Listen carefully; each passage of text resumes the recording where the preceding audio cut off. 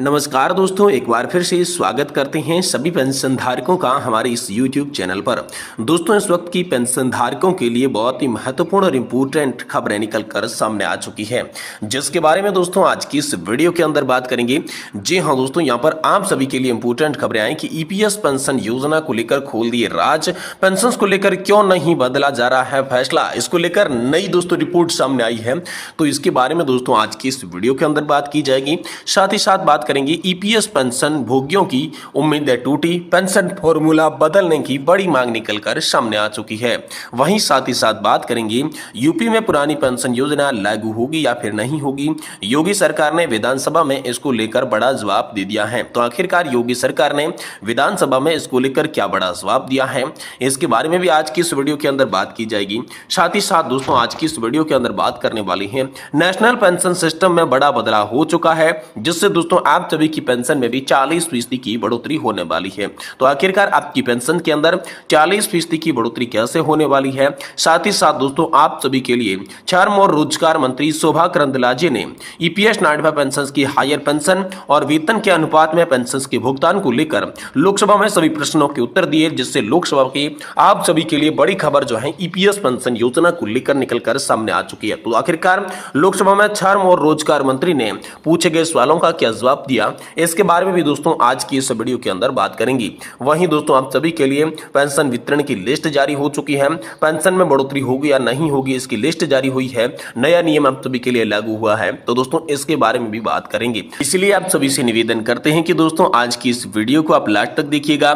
साथ ही अगर हमारे चैनल पर पहली बार विजिट कर रहे हैं तो दोस्तों हमारे चैनल को भी सब्सक्राइब जरूर कर लीजिएगा। तो चलिए बिना किसी देरी के आज की पहली बड़ी खबर की ओर बढ़ते हैं। जी हाँ दोस्तों, आप सभी के लिए नया प्रस्ताव सामने आ चुका है।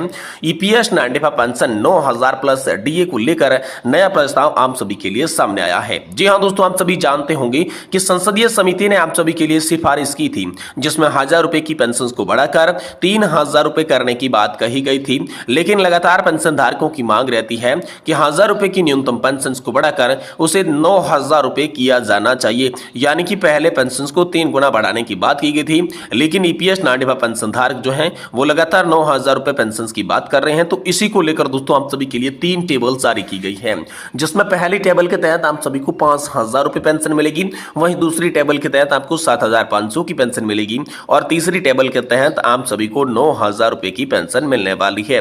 तो आने वाले समय के अंदर ये पेंशन किन लोगों को मिलेगी, चलिए इसके बारे में बात करते हैं। देखिए, अगर आपने कंट्रीब्यूशन जो है वो यहाँ पर जो है तकरीबन आपने 15 से 20 साल तक का कंट्रीब्यूशन किया है या फिर 10 से 20 साल तक का EPFO के अंदर लगातार कंट्रीब्यूशन किया है, तो आपकी प्रति महीना पेंशन 5000 रुपए बनेगी। वहीं अगर आपने 25 से 30 साल तक का योगदान, 25 से 30 साल तक का कंट्रीब्यूशन EPFO के अंदर किया है, तो आप सभी को दूसरी लिस्ट के तहत 7500 की पेंशन देखने को मिलेगी। वहीं दोस्तों बात करें 9000 रुपए पेंशन किन्हें मिलेगी, तो दोस्तों 9000 रुपए पेंशन उन लोगों को मिलेगी जिन्होंने 15000 रुपए की सैलरी लिमिट से ज्यादा का योगदान दिया है। और दोस्तों ये योगदान तकरीबन यहां पर आप सभी के लिए माना जाए तो 30 से 35 साल का होना चाहिए, तभी दोस्तों आपको 9000 रुपए की पेंशन मिलेगी। इसको लेकर दोस्तों नई रिपोर्ट सामने आई है। हालांकि अभी तक ये लिस्ट आप सभी के लिए यहां पर लागू नहीं की गई है, ये अनुमानित आंकड़े आप सभी के लिए बताए जा रहे हैं। केंद्र सरकार ने नई लिस्ट जारी की है, लेकिन सभी पेंशन धारकों को अभी पुराने हिसाब से ही पेंशन जो है वो मिल रही है। पेंशन बढ़ोतरी की ये नई लिस्ट जैसे ही जारी होगी, जैसे इसके बारे में अपडेट आएगा, हम आपको तुरंत देने की कोशिश करेंगे। इसके बाद बड़ी खबर की बात करते हैं, तो दोस्तों हम सभी के लिए बड़ा फैसला लिया गया है। जी हाँ दोस्तों, आप सभी के लिए नई खबर निकलकर सामने आ रही है। EPS 95 पेंशनर्स ने खोल दिया राज, पेंशन को लेकर क्यों नहीं बदला गया फॉर्मूला। जी दोस्तों, कर्मचारी भविष्य निधि संगठन की ओर से बड़ी खबर निकलकर सामने आ रही है। EPS पेंशन योजना को लेकर पेंशनर्स की बेचैनी जारी है। सोशल मीडिया पर भी नई नई चिंताएं और तथ्य साझा कर रही हैं। सरकार और ट्रेड यूनियन के फैसले पर सवाल उठा रही हैं और समाधान की दोस्तों मांग कर रही हैं। EPS 95 पेंशनर्स को लेकर यहाँ पर आप सभी के लिए बड़ी खबर आ रही है।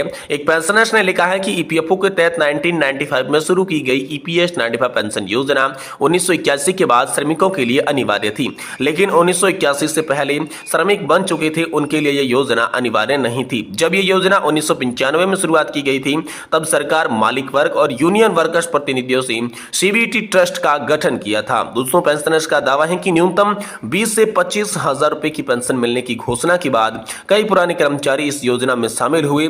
श्रमिक सरकार की नई नीतियों के शिकार हुए 1995 के तहत पीपीओ पीपीएस के माध्यम से प्रोविडेंट फंड कटौती हुई, जिसमें कई कर्मचारियों को पीपीओ और पीपीएस के सदस्य बन गए थे। पुरानी पेंशन स्कीम के तहत 30 से 40 साल सेवा कर 2014 से पहले रिटायर्ड होने वाले आज तक अधिक पेंशन पाने के लिए ज्यादा पैसे नहीं दे सकती। उनके पास पैसे की कमी है और मौजूद पेंशन की पर्याप्त नहीं है। 2014 में सरकार और सीबीटी के बीच हुए फैसले पर पेंशनर्स ने सवाल उठाए। पेंशनर्स का आरोप है कि इस फैसले में सरकार और मालिकों का फायदा देखा गया है, श्रमिकों के भविष्य को नजरअंदाज किया गया है। उन्होंने सवाल किया कि ट्रेड यूनियन के प्रतिनिधियों ने इस फैसले को कैसे मंजूरी दी और मजदूरों के भविष्य को कैसे चिंता में डाला। दोस्तों, पेंशनर से यह सवाल पूछा कि सीबीटी की गलतियों की अभी तक ठीक क्यों नहीं किया गया है। उनका कहना है कि ट्रेड यूनियन के प्रतिनिधियों को श्रमिकों के नुकसान का पता है, लेकिन उन्हें इस फैसले पर आंखें मूंद रखी है। अभी तक उनकी ओर ध्यान आखिरकार क्यों नहीं दिया जा रहा है। वहीं दोस्तों, अगली बड़ी खबर की बात करें तो ईपीएस 90 पर पेंशन भोगियों की उम्मीदें टूटी, पेंशन फॉर्मूले में बदलाव करने की मांग की जा रही है। जी हां दोस्तों, ईपीएस 90 पर पेंशन भोगियों ने प्रधानमंत्री नरेंद्र मोदी और वित्त मंत्री निर्मला सीतारमण के निराश होकर पेंशन फॉर्मूला बदलने की आवाज उठाई। वे पेंशन का निर्धारण अंतिम वेतन की बजाय पेंशन फंड में कुल योगदान के आधार पर चाहती हैं। पेंशन राशि बढ़ाने की वो दोस्तों मांग कर रही हैं।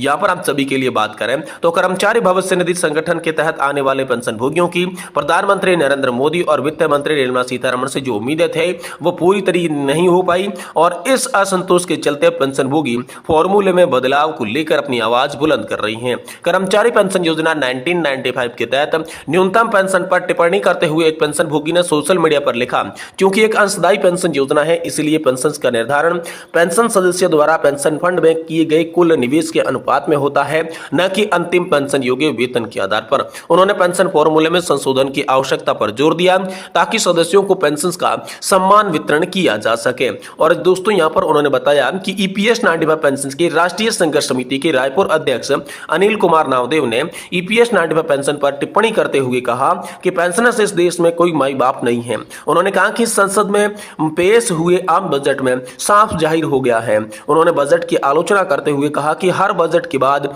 गरीब और अमीर होता गया है। आम आदमी न तो पूरी तरीके से अमीर की श्रेणी में आता है और न ही पूरी तरीके से गरीब की श्रेणी में।